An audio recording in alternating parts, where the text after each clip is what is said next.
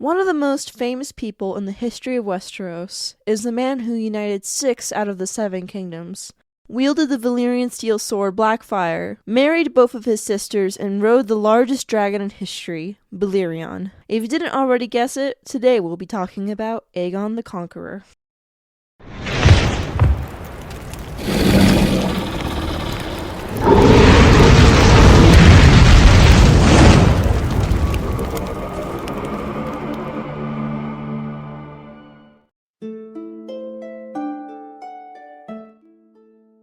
Hey there, my lovely little dragons. Welcome to my new series where I talk about the rulers of Westeros, one ruler at a time. I say rulers because yes, I will be counting Rhaenyra Targaryen. For the sake of simplicity, I won't be talking about the entirety of the Conquest, just the parts about Aegon himself. I'm planning on doing a history video on the Conquest, and I don't want my channel to be repetitive.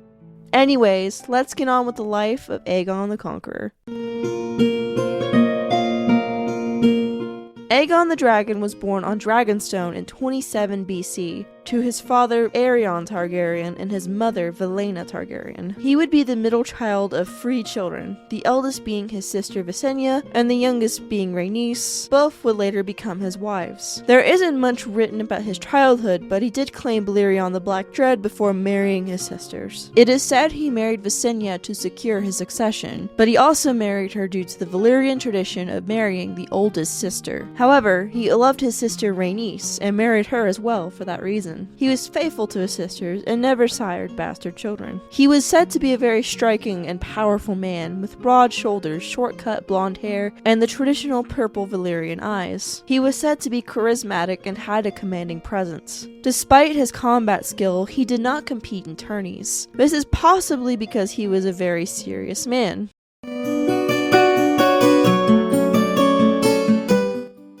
As the Century of Blood came to a close, Aegon became increasingly interested in Westeros. He had previously visited Old Town and the Arbor with his sister Visenya, and visited Lannisport likely on his own. Because of his interest in the 7 kingdoms, he had a large wooden table carved into a map of Westeros. It was known as the Painted Table. Aegon and his army landed at the mouth of the Blackwater Rush and set up his invasion there, and built a crude Aegon fort. Small lords nearby quickly bent the knee as they knew they were no match for Aegon and his dragons. Before the invasion began in earnest, his sisters crowned him the High King of Westeros. This is the moment that Aegon the Conqueror became the founder of the Targaryen dynasty. Not only did Aegon have 2 sisters, but he also had a half-bastard brother named Orys Baratheon. This half-sibling would marry the Princess of the Stormlands and became the founding father of House Baratheon. Aegon and his sisters would separate in the early Conquest. Aegon took Balerion to the castle of Harrenhal, and after House Hoare refused to surrender, he cooked their entire line inside their castle with Balerion's flame. After the defeat of House Hoare, House Tully became the lords of the Riverlands. Aegon and his sisters would reunite to fight the 2 kings. Houses Gardner and Lannister fought together in an attempt to squash Aegon's conquest. However, they made a poor choice in battlegrounds, as they fought on a bone-dry field of grass. This became known as the Field of Fire, because all 3 dragons circled the enemy forces in flame. This battle was the death of House Gardner and the rise of House Tyrell, but House Lannister survived, and after a failed attempt to flee, they bent the knee to Aegon. Afterwards, the siblings would split up again. Visenya successfully conquered the Vale, but Rhaenys failed to conquer Dorne. Dorne wouldn't join the rest of the 7 kingdoms for nearly 2 centuries. Aegon marched to Old Town expecting a battle, however, the city gates were open.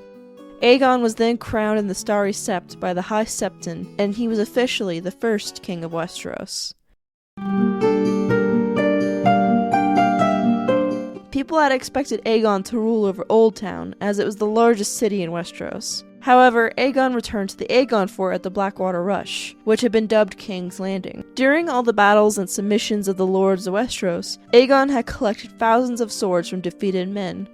Using Balerion's dragon flame, he forged the Iron Throne. In 3 AC, Aegon's attention went back to Dorne, and he tried to get them into the fold with diplomacy. When that failed, he began the first invasion of Dorne in 4 AC. At first, it seems like they would succeed. However, they quickly began to fail, and the war lasted 9 years. One of the tragedies of this war was the capture and mutilation of the king's brother, Orys Baratheon. He would remain in the hands of the Dornish for 2 years, and would return home without a sword hand. Because of this, Aegon released the full fury of his dragons on Dornish castles. In 7 AC, during the fight for Dorne, Aegon's first child would be born. The mother was his younger wife, Rhaenys, and the child would be heir apparent to the throne. His name was Aenys. Another tragedy would befall Aegon when his beloved sister and wife Rhaenys, she would die while trying to conquer Dorne. Her dragon Meraxes was shot down by scorpion bolts, and the dragon plummeted to the earth with Rhaenys on his back. After this, Aegon and Visenya put a bounty on the heads of Dornish lords and bathed the Dornish castles in flame.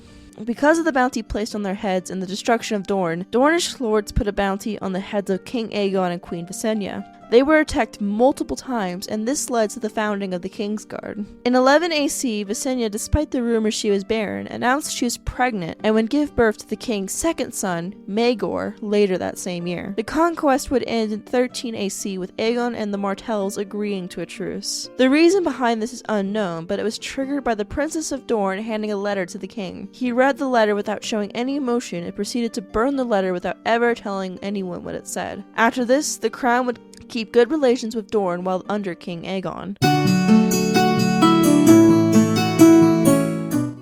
The remaining 24 years of King Aegon's reign were spent turning King's Landing into a proper city. Aegon also spent half his time ruling, making royal progresses for the Seven Kingdoms. This time of his reign was known as the Dragon's Peace. He would build a grand sept on Visenya's Hill, and agreed to the construction of a larger one called the Sept of Remembrance on Rhaenys' Hill. After the threat of pirates, Aegon realized that he needed to build walls around King's Landing because the dragons wouldn't always be there to protect the city. The walls would be completed in 26 AC. In his later years, he decided to tear down the Aegon fort and ordered the construction of a grand castle that would later be known as the Red Keep. While the construction of this keep was in progress, House Targaryen would rule from Dragonstone. In 33 AC, King Aegon would make his last royal progress and even visited Winterfell. After this, his heir Aenys and his wife Alyssa would continue the royal progresses.